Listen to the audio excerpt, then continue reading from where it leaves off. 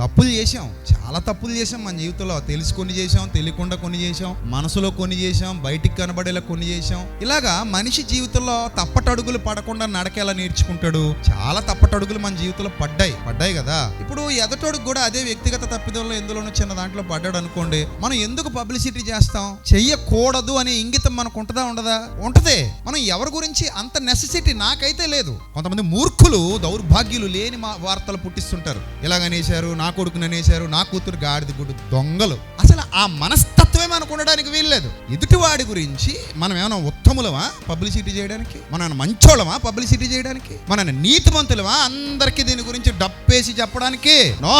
వ్యక్తిగత బలహీనతలు అందరిలో ఉంటాయి, చాలా మందిలో ఉంటాయి. అరే నేను ఒకప్పుడు ఈ బురదలో దిగా బురద తొక్కా, ఇప్పుడు ఇంకొకటి కాళ్ళకి నాకు బురద కనబడింది. నేను దొక్కిన బురద ఇప్పుడు వాడు దొక్కాడు, నేను దొక్కిన బురద ఇప్పుడు ఆమె దొక్కింది.